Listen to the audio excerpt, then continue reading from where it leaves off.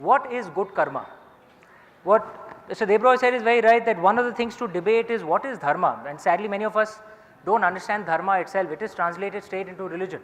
There are actually many more deeper meanings to it. But what is karma as well? We see karma as our action, right? But what defines a good karma? All of us want to, I'm sure, at least I hope, all of us want to do good karma. Why? Because it will help our soul, it will keep our soul unsoiled. But how do you know that what you are doing is good karma or not? Let's look at the perspective of Bhishma. He's a character who is highly respected in the Mahabharata. And I am not saying I don't respect him, but I am saying let's look at his approach. His father Shantanu gives in to his lower self and falls in love. Sorry, there's nothing wrong with falling in love, don't get me wrong. That's not a part of your lower self, that's a part of your higher self. I'm sorry everyone, I love my wife a lot, she might hear this, she might kill me. Okay, falling in love is a part of your higher self. The question is, what do you do when you have actually fallen in love? Shantanu was willing to do something which he knew was not in the interest of his kingdom. He knew it was in the interest of his kingdom if Bhishma became the king, because Bhishma would have been a damn good ruler. But he was so much in love that he gave in to the condition that his wife put in, that Bhishma will not be king and that her sons will become kings. He gave in to that lower self.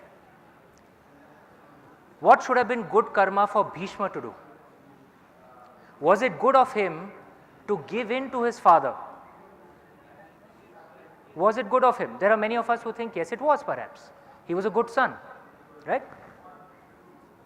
Or should he have actually challenged his father? Because he was not challenging his father, he was challenging his father's lower self.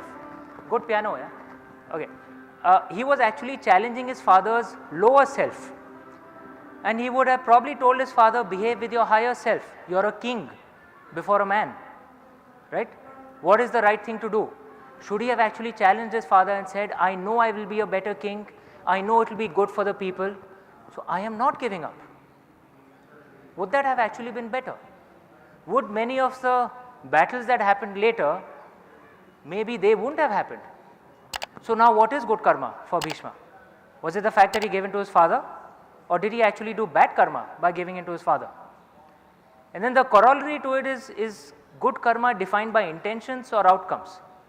Let's quote a modern example outside of the Mahabharata. The Nobel Peace Prize, for example.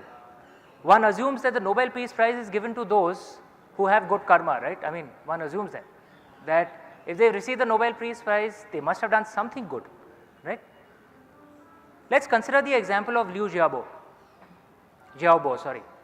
I never get the Chinese pronunciations right, sorry. If there's a Chinese gentleman out here, please correct me. Liu Xiaobo was given the Nobel Peace Prize by the Nobel, I don't know what they're called, Nobel Peace Prize Committee. And if you read the interviews of Liu Xiaobo, clearly he has very good intentions. He's a good person. He says good things. But what is the outcomes of what he's done? Has he actually had a real impact on the Chinese people, on a large number of Chinese people? Perhaps we are forced to conclude maybe not, right? Now consider the Chinese Communist Party. They're a highly cynical organization, and like most political parties, they have only one objective: they want to remain in power, right? But with that cynical intention, they have raised 680 million people out of poverty. They have had a real impact on the Chinese people. So now, whose karma was good? The Chinese Communist Party or Liu Xiaobo? Right? Liu Xiaobo's intentions are very good. Chinese Communist Party's intentions are kind of cynical, but consider the outcomes. Now these are complex questions. I mean, I might have my own answer, you may have your own answer. And these are the things which Mahabharata forces us to confront if we go a little deeper beyond just the story itself. This is a thought that I had.